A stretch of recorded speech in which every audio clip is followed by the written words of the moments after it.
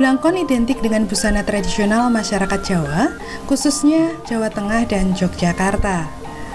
Dalam perkembangannya, blangkon tidak hanya berfungsi sebagai tutup kepala saja, namun juga simbol status bagi masyarakat pemakainya. Blangkon di setiap daerah mempunyai ciri khas masing-masing. Seperti blangkon gaya Yogyakarta ini mempunyai tekstur dan motif yang berbeda dari daerah lain. Misalnya Jawa Tengah, Jawa Barat, Solo, dan lainnya. Ya, saat ini saya sedang berada di wilayah Gua Sari Pajangan, Bantul, Yogyakarta untuk mengajak pemirsa sekalian melihat proses produksi pembuatan blangkon di sini. Blangkon merupakan penutup kepala yang terbuat dari batik yang digunakan oleh kaum pria yang biasanya menjadi bagian dari pakaian tradisional Jawa. Untuk lengkapnya, untuk lebih jelasnya, kita langsung masuk ke dalam untuk melihat produksinya.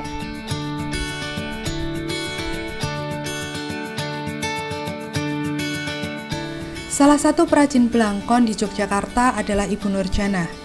Di Kampung Kentolan Kidul RT 06 Gosari Pajangan, Bantul ini, Ibu Nurjanah dibantu 18 karyawannya konsisten memproduksi kerajinan khas peninggalan leluhur ini.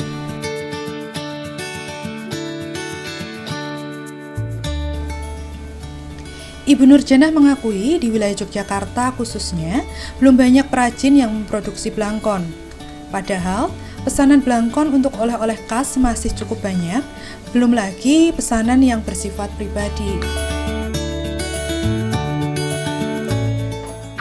Oh ya, pada awalnya kami ikut tim Bukisan, tapi alhamdulillah karena ada ingin kemajuan kami hidup, kami belajar untuk mandiri.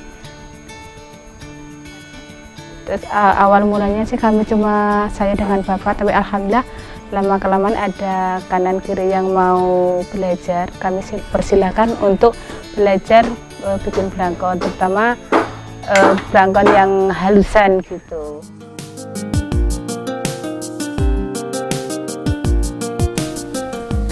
Proses produksi blangkon tidaklah serumit yang dibayangkan. Namun, kecermatan dan ketelatenan sangat mempengaruhi kualitas hasil jadi blangkon.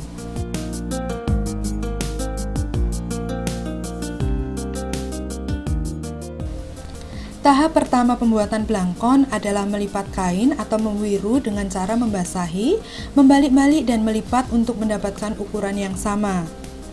Kain hasil wiru kemudian ditempatkan pada landasan kayu seukuran kepala atau biasa disebut klebut untuk kemudian dibentuk menjadi blangkon.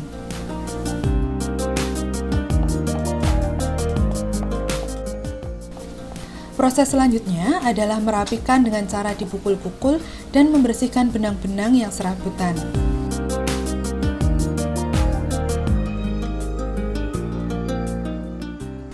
Tahap terakhir, blangkon disikat dan dijemur di bawah panas matahari. Mulai dari pemotong cari bahan, terus dipotong, habis dipotong dijahit, habis jahit terus ibu-ibu rumah tangga ada yang belajar miru, kemudian baru diproses bikin blangkon sama anak-anak muda sekitar sini.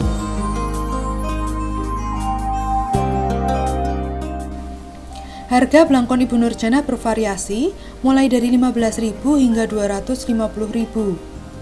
Teknologi internet juga cukup membantu pemasaran blangkonnya. Tidak hanya pasar lokal Jogja, Ibu Nurjanah bahkan banyak mendapat pesanan dari luar kota.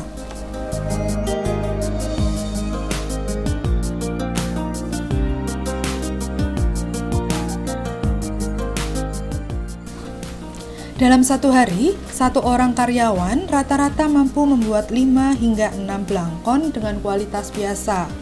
Namun, untuk pesanan khusus dengan kualitas halus, blangkon dapat dikerjakan hingga 2 hari.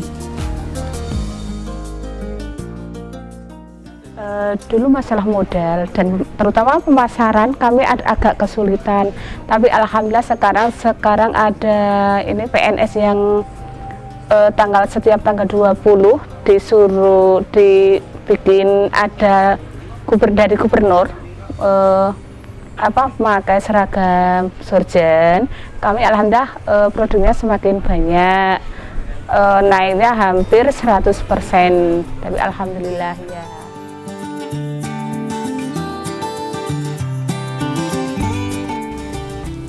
Ibu Nurjanah mengaku, kendala yang dihadapi dalam produksi blangkon adalah kesulitan mendapatkan bahan baku, khususnya saat musim liburan tiba.